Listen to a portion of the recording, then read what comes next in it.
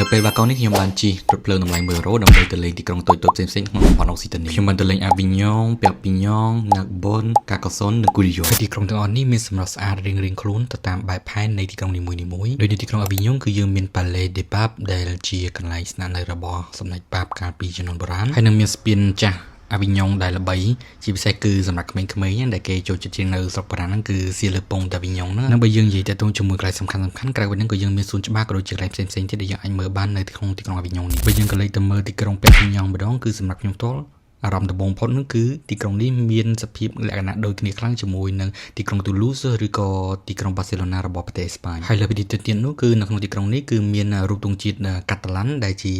រូបទង់ជាតិតំបន់ដែលគេដាក់នៅក្នុងទីក្រុងបាសេឡូណាដូចគ្នាដែរវាអាចថាជារឿងធម្មតាទេដោយសារតែទីក្រុងប៉ែវីញ៉ង់នោះគឺស្ថិតនៅជាប់ព្រំប្រទល់ប្រទេសអេស្ប៉ាញនិងប្រទេសបារាំងហើយសម្រាប់ខ្ញុំខ្ញុំចូលចិត្តទីក្រុងនេះហើយមានភ្ញៀវទេសចរច្រើនផងដែរសម្រាប់ទីក្រុងប៉ែវីញ៉ង់នេះបើយើងក៏លេចមកមើលទីក្រុងណាក់បុនវិញដែលជាទីក្រុងតូចមួយដែលនៅចម្ងាយប្រហែលជាខ្ទង់50នាទីពីទីក្រុងម៉ុងពឺលីយេដោយជិះរថភ្លើងណាក់បុនមែនទែនទៅគឺមានសភាពស្តៀងគ្នាច្រើនជាមួយនឹងទីក្រុងម៉ុងពឺលីយេគ្រាន់ថាលក្ខណៈថាវាតូចជាងម៉ុងពឺលីយេហើយស្អាតតាមបែបណាក់បុនហ្នឹងទៅហើយនៅណាក់បុននេះមានវិហារកាតូលិកដ៏ធំមួយហើយក៏មានមនុស្សច្រើនដែរនៅក្នុង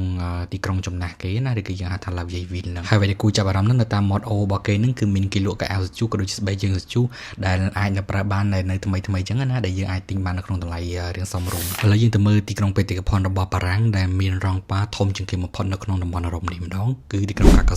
សុនគឺនៅចន្លោះទីក្រុងម៉ុងពឺលីយេនិងទីក្រុងទូលូសដែលធ្វើដំណើរប្រហែលខ្ទង់7-2ម៉ោងពីទីក្រុងម៉ុងពឺលីយេទៅហើយអ្វីដែលទាក់ទាញភ្ញៀវទេសចរច្រើនបំផុតនៅក្នុងទីក្រុងកាកាសុននេះគឺជារងប៉ាហ្នឹងឯងដែលមានទំហំធំជាងគេបំផុតនៅក្នុងទ្វីបអឺរ៉ុបអញ្ចឹងដើម្បីទៅដល់រងប៉ាហ្នឹងបានយើងធ្វើដំណើរប្រហែលខ្ទង់2គីឡូពីស្ថានីយ៍រថភ្លើងហើយយើងត្រូវឡើងកូនភ្នំដោយសារតែរងប៉ាហ្នឹងគឺធ្វើនៅលើភ្នំហើយពេលមកដល់គឺយើងឃើញថារងប៉ាហ្នឹងគឺពិតជាធំហើយស្អាតខ្លាំងមែនទែនតែម្ដងគ្រាន់តែបញ្ហាធំចម្បងនោះគឺមេឃក្តៅមហាសែនក្តៅតែម្ដងគឺនៅកាកាសុននេះដើម្បីចូលមើលខាងក្នុងបានយើងត្រូវទិញសំបុត្រហើយជារឿងចៃដន្យល្អដែលខ្ញុំកាន់វីសានិស្សិតដែលមានរយៈពេល1ឆ្នាំដូច្នេះខ្ញុំចូលទិញសំបុត្រហ្នឹងដោយអត់ដោះថ្លៃទេហើយក្នុងការចូលដើរមើលនេះដែរគឺយើងបានឃើញអំពីប្រវត្តិរងប៉ាហ្នឹងតាំងពីសម័យ Medieval រហូតដល់ពេលបច្ចុប្បន្នដែលគេចាក់ស្លាយយើងមើលជាដើមលើពីនៅទៅទៀតនោះគឺយើងអាចដើរមើលអំពី